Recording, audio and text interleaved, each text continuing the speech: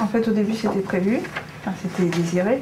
C'est une grossesse désirée, d'accord. Et voilà, il y a des changements dans notre vie personnelle, dans le couple, qui a fait que c'était pas possible.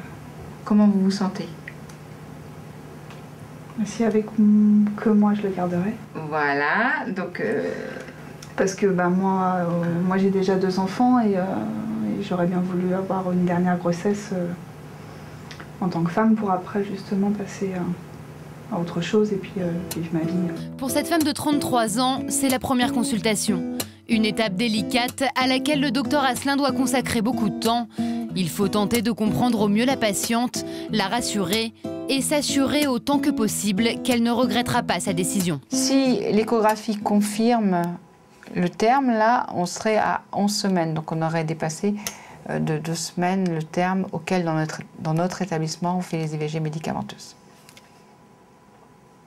La méthode pour vous est importante? C'est pas pareil quand même. Qu'est-ce que... C'est pas pareil. Qu'est-ce que vous préféreriez comme... Non, mais c'est pas préférence ou pas préférence. De toute façon, c'est comme ça. Mais c'est vrai que la méthode médicamenteuse, c'est peut-être moins... Comment dire? Ça percute moins, je pense.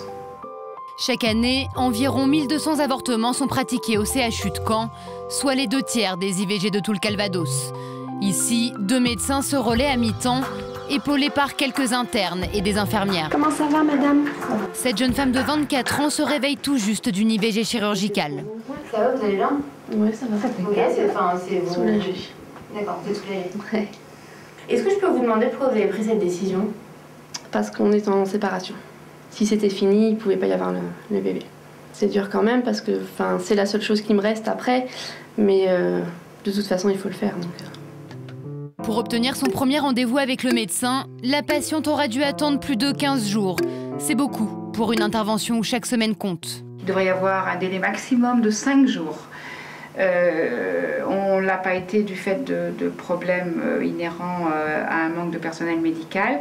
Là, on a un petit peu rattrapé les clous, mais dès qu'on a une période de Noël, évidemment, on prend des vacances. On a été absentes l'une et l'autre 1 semaine et on reprend du retard. En France, le manque de personnel touche de nombreux services d'orthogénie et aujourd'hui, beaucoup craignent une dégradation de la prise en charge des patientes.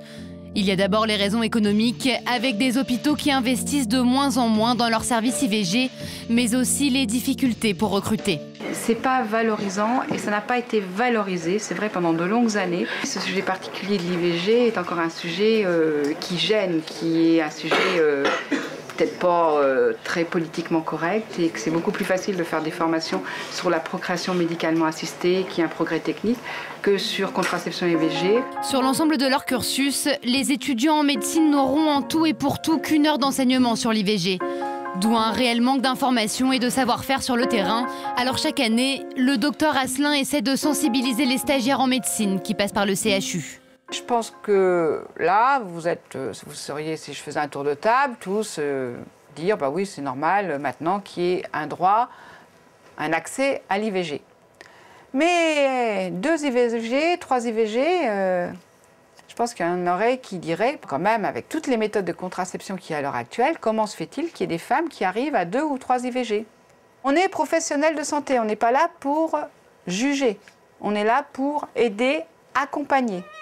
Savoir écouter et comprendre des parcours de vie parfois difficiles, apprendre surtout à ne pas juger.